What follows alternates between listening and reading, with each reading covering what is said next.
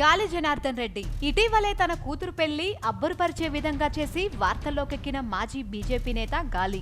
బళ్ళారిలోనే తన మైనింగ్ ఆఫీసులపై దాడి జరుగుతుందని తెలిసి హైదరాబాద్ లో రిసెప్షన్ అరేంజ్మెంట్స్ లో ఉన్న గాలి బళ్ళారికి బయలుదేరాడని సమాచారం. నలుగురు టీంతో ఉన్న ఐటీ బృందం ఈ తెల్లవారుజామున మెరుపుదాడి చేసింది. కూతురు పెళ్లి ఇంత గ్రాండ్ గా చేయటంపై ఐటీ ప్రశ్నిస్తోంది.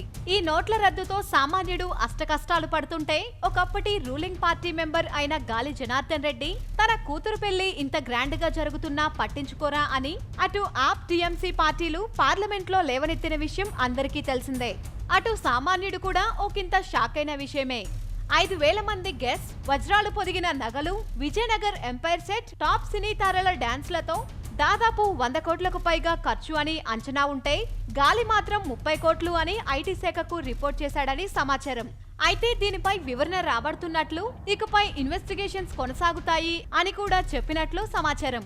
అయితే ఇప్పుడు ఐటీ శాఖ మెరుపుదాడితో గాలి కూతురు పెళ్లిలో ఎవరెవరికి ఎంత ముట్టింది అని, అలానే మన టాలీవుడ్ నుంచి వెళ్లి స్టేజ్ పెర్ఫార్మ్ ఇచ్చిన ప్రముఖ హీరోయిన్స్, యాంకర్స్ ని కూడా ప్రశ్నించొచ్చు అని వినిపిస్తున్న సమాచారం. ఇలానే కనుక జరిగితే మన వాళ్ళు కొంచెం రిస్క్ ఫేస్ చేయాల్సిందే.